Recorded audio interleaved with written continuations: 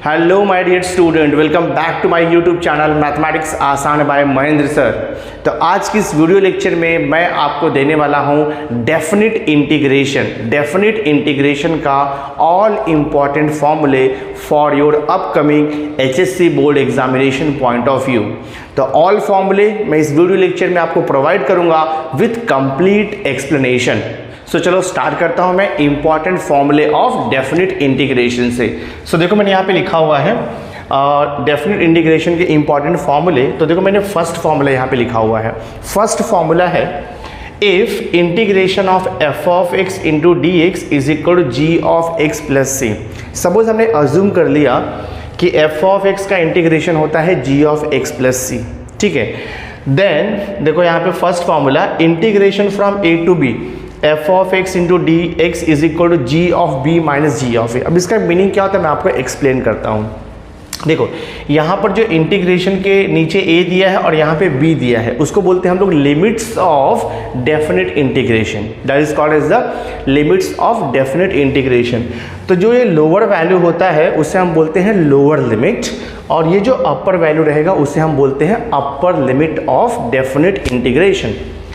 F of x into D X ये एक function है और हमने क्या लिया है एफ ऑफ एक्स का integration suppose G of x plus C है।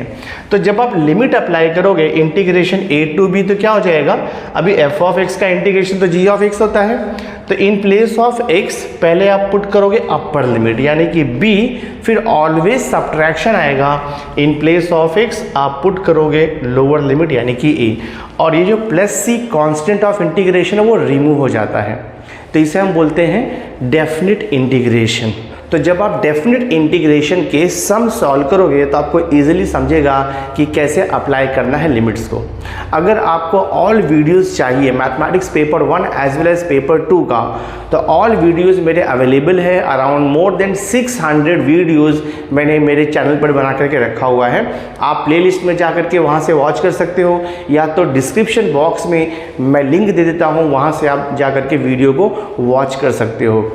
नाउ से देखो नेक्स्ट फॉर्मूला यहाँ पर दिया है second one integration A to B F of x plus minus g of x into D x. इसका मीनिंग क्या मालूम है, ये जो दो फंक्शन है ना f of x plus minus g of x, तो दोनों फंक्शन या तो एडिशन रहेगा या तो सब्ट्रैक्शन रहेगा।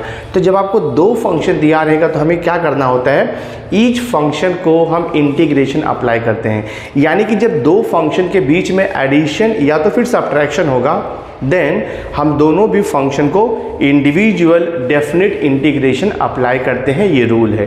तो वही देखो यहाँ पे लिखा हुआ है integration A to B F of x plus minus g of x into D x equal to integration A to b first function f of x plus minus integration of second function g of x limit is from A to B. तो जितना number of terms रहेगा उसमें हर एक terms को हम definite integration apply कर सकते हैं, ये इसका इंपॉर्टेंट प्रॉपर्टी है। ना देखो यहाँ पे थर्ड फॉर्मूला मैंने लिखा है integration from A to B K into F of x into D x. तो के क्या है, वो कांस्टेंट है, कोई भी नंबर रहेगा, कोई भी रियल नंबर रहेगा। तो when any constant is multiplied with the function, जब कोई कांस्टेंट किसी फंक्शन से मल्टीप्लाइड होता है तो कांस्टेंट को इंटीग्रेशन अप्लाई नहीं होता है। तो कांस्टेंट को हम इंटीग्रेशन यानी कि डेफिनेट इंटीग्रेशन के बाहर ले सकते हैं। तो देखो इंटीग्रेशन लिमिट है from A to B K into F of x d x, तो जो के है वो कांस्टेंट है, देखो बाहर आ जाएगा, लिमिट आपका वही रहेगा A to B F of x into D x. तो ये मैंने 3 इंपॉर्टेंट आपको रूल बताया इंटीग्रेशन का। Now based on this rule we have certain properties of definite integration। तो प्रॉपर्टीज यूज करके इंटीग्रेशन सॉल्व करना इजी होता है। सो देखो यहाँ पे लिखा हुआ है प्रॉपर्टीज ऑफ डेफिनेट इंटीग्रेशन। यहाँ पर लिखा है first property integration A to a f of x into D x equal to always zero होगा। इसका मीनिंग क्या हुआ, आप लिमिट को ऑब्जर्व करो। देखो लिमिट क्या दिया है ए टू ए, मतलब लोअर लिमिट ए है अपर लिमिट ए है, यानी कि जब लोअर और अपर लिमिट सेम रहेगा, सेम नंबर रहेगा, तो इंटीग्रल का वैल्यू ऑलवेज जीरो होता है, आपको ध्यान में रखना है। जैसे कि अगर यहाँ पे लिखा है इंटीग्रेशन 2 to 2, तो फंक्शन कुछ भी रहने दो, लेकिन इंटीग्रल का वैल्यू ऑलवेज आपको 0 मिलेगा, वो आपको डायरेक्ट लिख देना है, सॉल्व नहीं करना है। तो ये हो गया आपका first property of definite integrals. Second property देखो यहाँ पर दिया है, integration from a to b f of x into D x is equal to minus integration b to a f of x into D x. आपको समझा रहेगा क्या हुआ है इसमें। देखो यहाँ पर लोअर लिमिट में a है, अपर लिमिट में b है, तो क्या हो गया, अब इंटरचेंज हो गया, लिमिट इंटरचेंज हो गया। जो अपर लिमिट b था वो आ गया लोअर लिमिट में, और जो लोअर लिमिट a था वो चला गया अपर लिमिट में। तो जब हम लिमिट को इंटरचेंज करेंगे तो value of the determinant changes by sign only, sign change हो जाएगा, ये प्लस में है ना तो ये माइनस हो जाएगा, सिंपल सा प्रॉपर्टी है। नेक्स्ट देखो थर्ड प्रॉपर्टी लिखा हुआ very important, integration from a to b f of x into D x is equal to integration from a to c f of x into D x plus integration from c to b f of x into D x. और यहाँ पर condition दिया है a less than x less than b, यानी कि a जो है वो देखो अपर लिमिट है, b जो है लोअर लिमिट है, और c यहाँ पर मिडिल में दिया हुआ है। यानी कि a सबसे लिस्ट वैल्यू है और b सबसे मोस्ट वैल्यू है, हाई वैल्यू है, और उसके बीच में आपको c दिया रहेगा, मिडिल में रहेगा। तो बहुत ही सिंपल है, हमें क्या करना होता है, इंटीग्रेशन को हम दो पार्ट में स्प्लिट कर सकते हैं। पहला इंटीग्रेशन होगा a से c तक, फिर इंटीग्रेशन होगा c से b तक, आंसर सेम आता है। मतलब अगर आप direct a to b integration f of x dx निकालोगे तो उसका आंसर, और ये जो राइट हैंड साइड में है integration a to c f of x into D x plus integration c to b f of x into D x, तो left hand side right hand side same होता है। यहाँ पर क्या किया है, यहाँ पर क्या किया है, इंटीग्रेशन को स्प्लिट कर दिया है, ठीक है, इंटीग्रेशन को स्प्लिट कर दिया है within the limit. Fourth property देखो वेरी इंपॉर्टेंट है, फोर्थ प्रॉपर्टी है integration a to b f of x into D x is equal to integration a to b f of t into d t.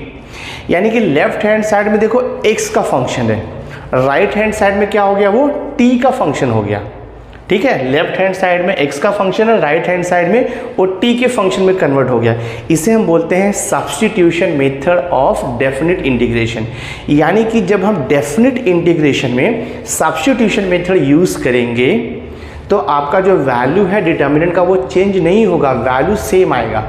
यानी कि अगर आप without substitution use करोगे तो भी आंसर सेम आएगा, और जब आप विथ सब्स्टिट्यूशन यूज़ करोगे डेफिनेट इंटीग्रेशन का लिमिट तो भी आंसर सेम आएगा।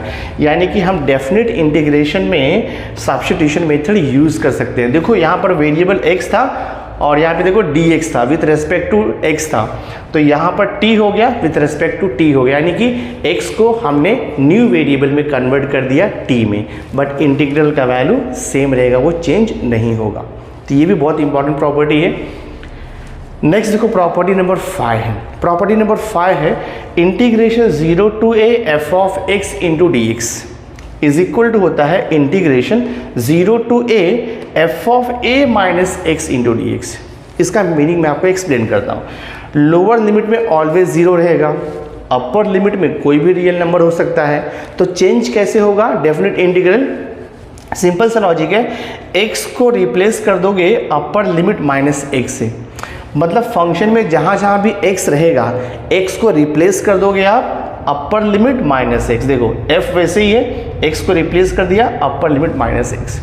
अब ये सब प्रॉपर्टी हमें यूज़ क्यों करना पड़ता है, क्योंकि प्रॉपर्टी यूज़ करने से सम इजी हो जाता है और उसका सॉल्यूशन इजीली आता है।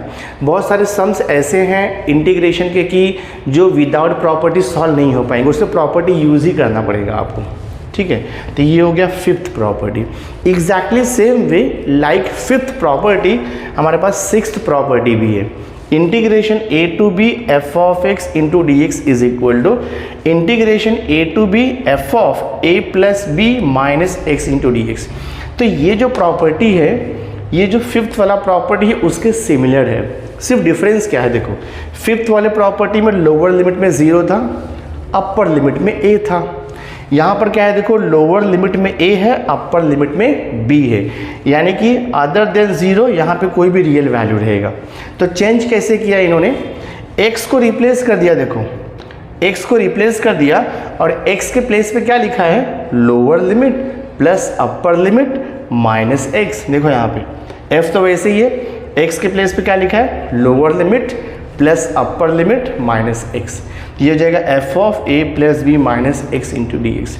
तो ये जो property number 5 and property number 6 बहुत इंपॉर्टेंट है ये, इसके ऊपर काफ़ी क्वेश्चंस दिया हुआ है आपके एक्सरसाइज में। नेक्स्ट अभी देखते हैं हम लोग property number 7। Property number 7 is integration minus a to a f of x into D x is equal to होता है 2 times integration 0 to a f of x into D x if condition है f यानी कि function is an even function. तो जब function even रहेगा lower limit में, देखो आप इसको आइडेंटिफाई कैसे करोगे कि यही वाला प्रॉपर्टी आएगा, बहुत ही इजी इसको आइडेंटिफाई करना। देखो लोअर और अपर लिमिट में जो नंबर है यानी कि जो रियल नंबर है वो सेम रहेगा, डिफरेंस क्या रहेगा, लोअर लिमिट का नंबर नेगेटिव रहेगा, अपर लिमिट का नंबर पॉजिटिव रहेगा। यानी कि अगर यहाँ पर -1 है तो यहाँ पे +1 होगा, यहाँ पर -2 है तो यहाँ पे +2 होगा, यहाँ पे -5 है तो यहाँ पे +5 है। तो जब ये टाइप का सम रहेगा तो समझ जाओ कि उसमें ये वाला प्रॉपर्टी यूज़ करना है। और प्रॉपर्टी क्या है, देखो ये हो जाएगा 2 times integration, lower limit -a था ना तो वो चेंज होकर के 0 हो जाएगा, अपर लिमिट देखो वैसे ही रहेगा, f of x into D x if क्या कंडीशन है, f is an even function. तो जब फंक्शन इवन रहेगा ना तो -a to a f of x d x convert हो जाएगा 2 times integration 0 to a f of x d x. But ये प्रॉपर्टी यूज़ करने के पहले आपको चेक करना पड़ेगा कि फंक्शन इवन है कि ऑड है। अगर फंक्शन इवन रहेगा तो ये -a 0 से रिप्लेस हो जाएगा, इंटीग्रेशन में देखो 2 से इंटू हो जाएगा और ये फंक्शन तो आपको वैसे ही लिखना है। एग्जैक्टली सेम वे प्रॉपर्टी नंबर देखो 8 भी है। एक्चुअली प्रॉपर्टी नंबर 7, 8 दोनों जॉइंट है, मैंने अलग अलग लिखा हुआ है यहाँ पर। देखो प्रॉपर्टी नंबर 8 है integration -a to a f of x into D x is equal to 0। Directly 0 answer आएगा। कब आएगा, कंडीशन है if F of x is an odd function. तो फंक्शन अगर ऑड रहेगा, lower limit upper limit same है, ये minus और ये प्लस रहेगा, और फंक्शन अगर ऑड आता है तो उसका इंटीग्रल वैल्यू आप डायरेक्ट 0 लिखोगे, सॉल्व नहीं करोगे, बाय प्रॉपर्टी आप मेंशन करोगे। तो अब मैं आपको बताता हूँ कि इवन एंड ऑड फंक्शन क्या होता है, बिकॉज जब तक आपको इवन एंड ऑड फंक्शन नहीं समझ में आएगा तब तक आप ये दोनों प्रॉपर्टी यानी कि प्रॉपर्टी नंबर 7 और 8 अप्लाई नहीं कर सकते हो। सो देखते हैं इवन एंड ऑड फंक्शन क्या होता है। So see if F of -x is equal to -f of x आएगा, ठीक है। आपको f ऑफ x दिया रहेगा, आप क्या करोगे, x को रिप्लेस करोगे -x से। तो अगर आप f ऑफ x माइनस निकालोगे और आपको मिल रहा है -f of x, then function is odd. तो आप लिखोगे यहाँ पे then f of x is odd function हो जाएगा। अब देखते हैं इवन क्या होता है। So if f of -x is equal to f of +x then function is even, f of x is even. ये आपको ध्यान में रखना है। तो जब भी lower limit upper limit same रहेगा बट लोअर लिमिट नेगेटिव रहेगा, अपर लिमिट पॉजिटिव रहेगा, तो डेफिनेट इंटीग्रेशन का प्रॉपर्टी यूज़ करना है आपको इवन एंड ऑड फंक्शन का।